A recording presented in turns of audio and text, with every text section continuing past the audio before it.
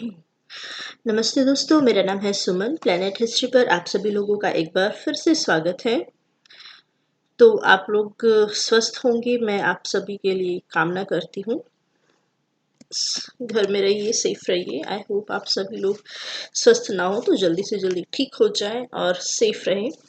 तो हम class 12 chapter 3 पढ़ रहे थे, पार्ट 5 पर पहुंच चुके हैं, किंगशिप कास्ट क्लास। चैप्टर को शुरू करने से पहले रिक्वेस्ट करूंगी, प्लीज लाइक शेयर सब्सक्राइब जरूर कीजिए, और जो कर रहे हैं उनको थैंक यू। तो पहले 4 पार्ट्स में हम काफ़ी सारी स्लाइड्स को डिस्कस कर चुके हैं। अब हम 5th पार्ट में पहुंचते हैं, जिसमें हम डिस्कस करेंगे, क्या डिस्कस करेंगे? Beyond birth, resources and status. Last हम डिस्कस हुए थे बुद्धि सत्य चांडाल, ये वाली स्लाइड थी, ठीक है। अब ये जो बर्थ की थ्योरी है, इससे और भी कुछ चीज़ें निकल कर आती हैं। जो लोग कहते हैं कि भाई जन्म से या कर्म से जो लोग ब्राह्मण हैं, क्षत्रिय है वगैरह वगैरह, या स्त्री और पुरुष है, उनको इकोनॉमिक रिसोर्सेज उन लोगों को कहाँ तक अलाउड थे कि वो कैसे अपने इकोनॉमिक रिसोर्सेज को इकट्ठा करें और किस किस तरीके से वो अपने पास रख सकते हैं, उनको कितने अधिकार हैं, और उनका समाज में उसी आधार पर फिर क्या स्टेटस डिसाइड किया जाएगा। तो जन्म से जो भी शूद्र है, ब्राह्मण है, या फिर स्त्री और पुरुष है, ये दो अलग अलग चीजें हैं। Social position of different sections were often shaped by their access to economic resources.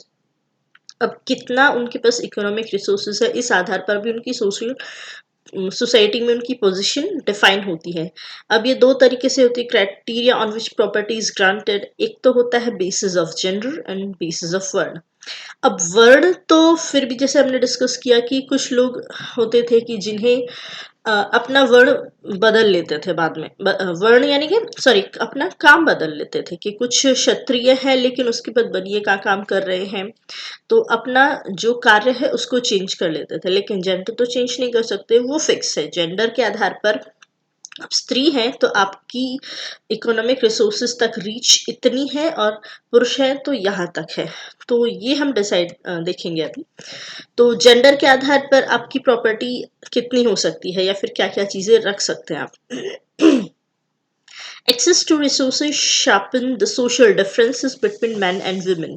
अब इसके आधार पर पुरुष और स्त्री के बीच का डिफरेंसेस भी और ज़्यादा शार्प होता चला जाता है। अकॉर्डिंग टू मनुस्मृति, मनुस्मृति कहती है कि जो स्त्री है वो अपने पिता की संपत्ति पर अपना अधिकार सिद्ध नहीं कर सकती है, वो केवल पुत्र की होगी। Parental property was divided among son after the death of parents की डेथ के बाद उस प्रॉपर्टी को उसके जितने भी बेटे हैं वो आपस में बांट लेते थे, और अगर ज्यादा है, एक से ज्यादा पुत्र हैं, तो जो सबसे बड़ा है उसको थोड़ा सा एक्स्ट्रा शेयर दिया जाता था। क्यों दिया जाता है?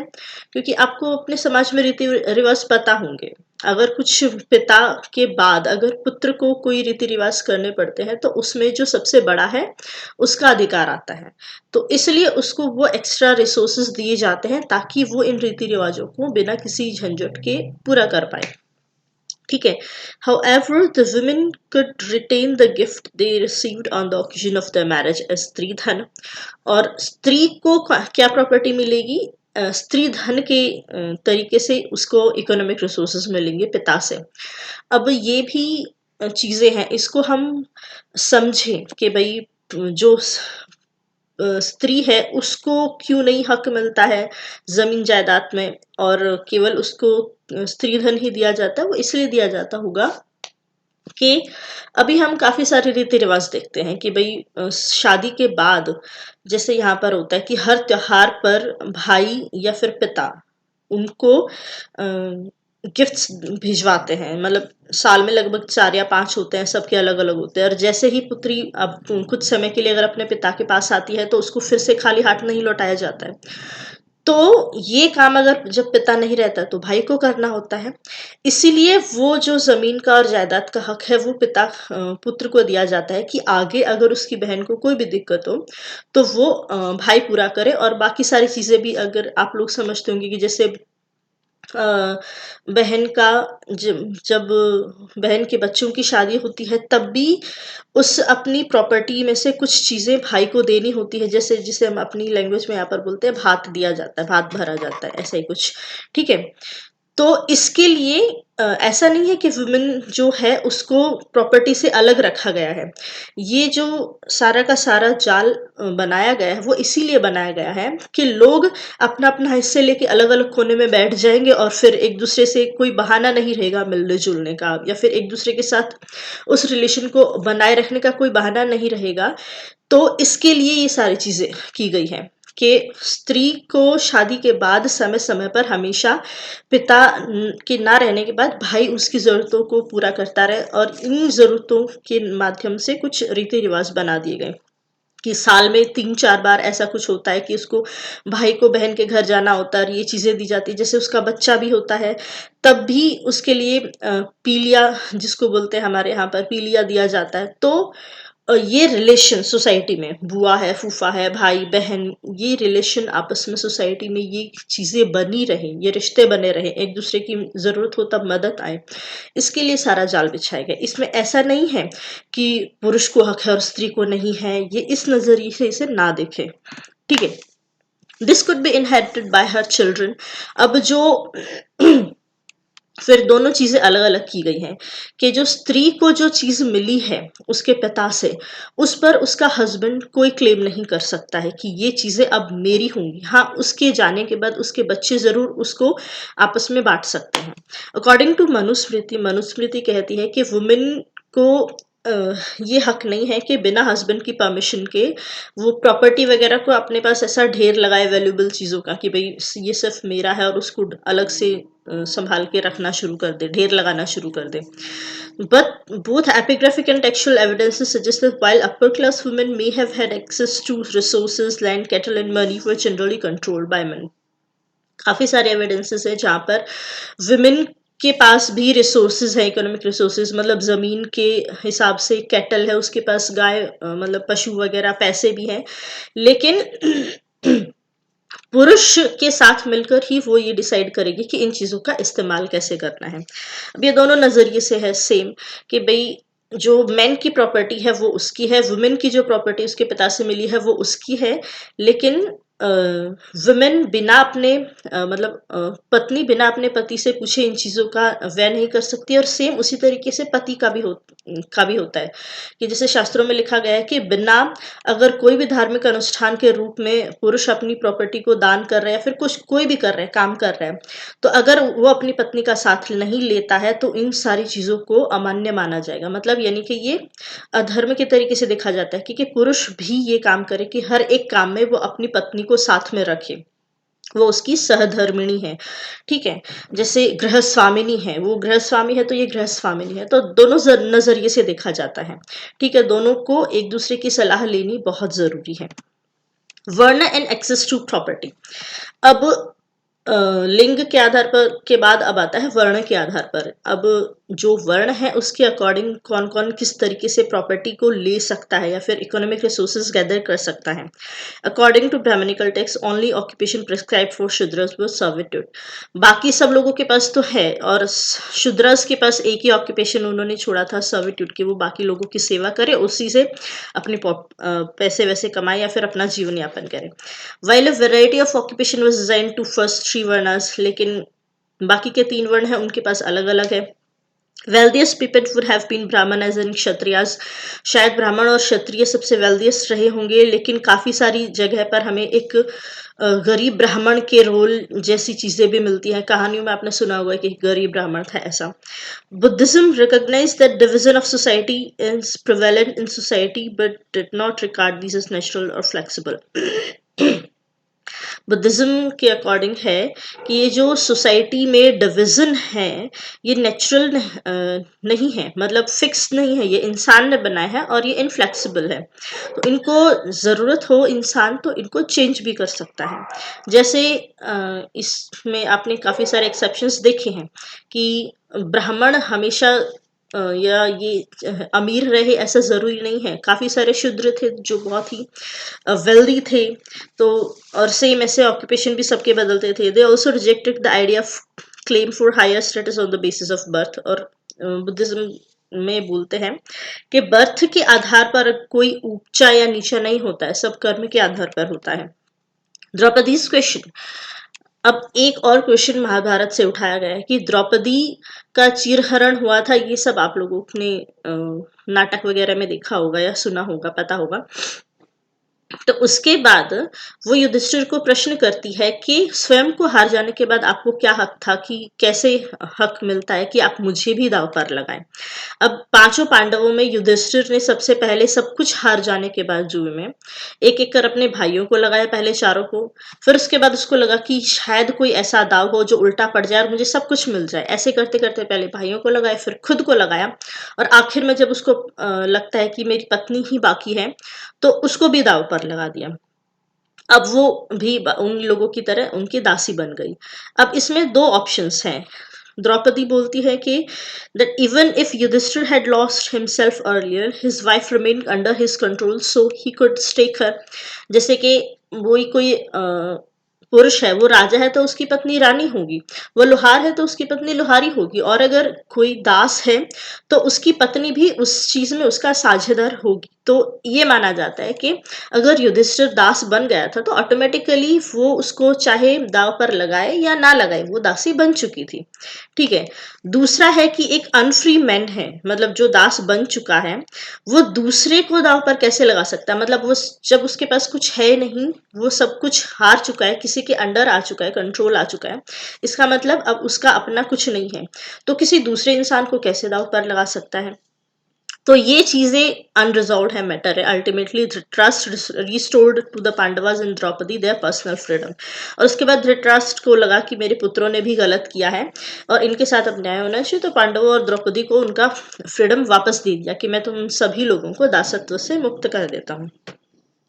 लेकिन इसमें ये फिर प्रश्न उन लोगों ने उठाया कि क्या पत्नी पति की प्रॉपर्टी होती है। तो इस पे कृष्ण भगवान भी जैसे बोलते हैं कि ये युधिष्ठिर ने गलत किया था, कि पति और पत्नी एक दूसरे के साझेदार जरूर होते हैं, लेकिन कोई उनमें से किसी एक की प्रॉपर्टी नहीं होता है। How could main and women acquire wealth.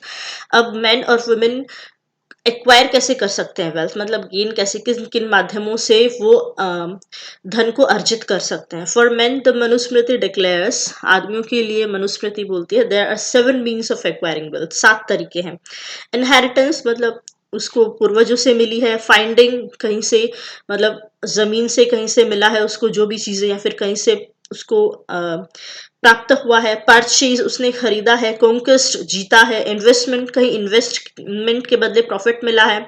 Work, काम के बदले पेमेंट मिली है। And acceptance of gifts from good people, और अच्छे लोगों से अगर उसको गिफ्ट्स वगैरह के तौर पर मिला है तो उनकी थ्रू। वुमेन को 6 means of acquiring wealth. What was given in front of the fire, marriage और the bridal procession.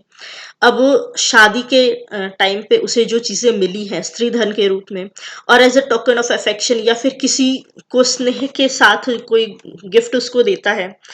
And what she got from her brother, mother और फादर, अपने भाई, माँ और पिता से जो भी चीजें उसे मिली है वो। She could also acquire wealth through any subsequent gift and what ever her affectionate husband might give her. और दूसरा, उसको किसी से गिफ्ट मिलता है या फिर अपने हस्बैंड से जो भी चीजें उसको मिलती है, जो हस्बैंड उसको अलाउ करता है कि ये सारी चीजें तुम्हारे तुम्हारे नाम पर है, तो इस तरीके से वो एक्वायर कर सकती है wealth. And alternative scenario, social scenario, sharing wealth. अब ये अलग अलग चीजें हैं। फिर दूसरा बोलता है कि इंसान चाहे जो भी है, उसने जैसे भी पैसा कमाया है, वेल्थ कमाई है, जो भी है, लेकिन वो हमेशा उसको अपने पास नहीं रखना है, उसको जरूरतमंदों को हमेशा बांटते भी रहना है। मतलब जो सिर्फ वेल्थ का अपने पास ढेर लगा लेता है, उसे इंसान को बुरा बताया गया है।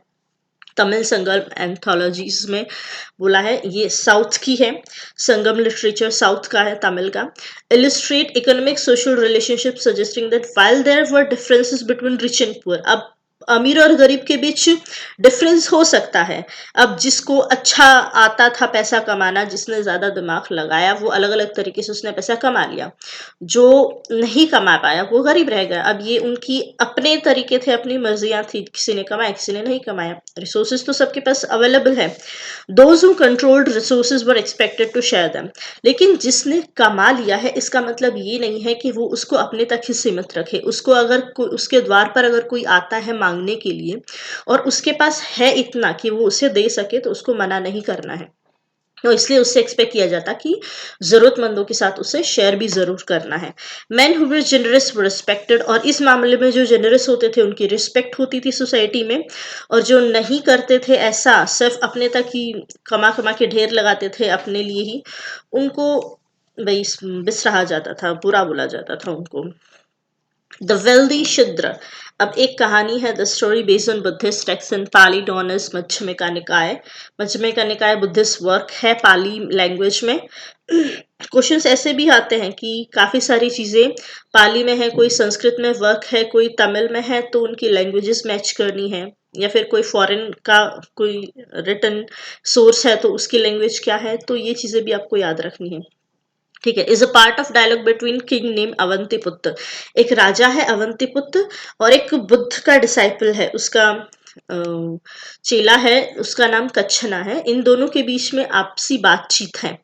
ये बोलते हैं, ये सच भी हो सकती है या फिर ये सिर्फ जस्ट बुद्धिस्ट लोग वर्ण सिस्टम के नजर कैसे देखते थे, वर्ण सिस्टम को क्या नजरिया रखते थे, ऐसा भी हो सकता है।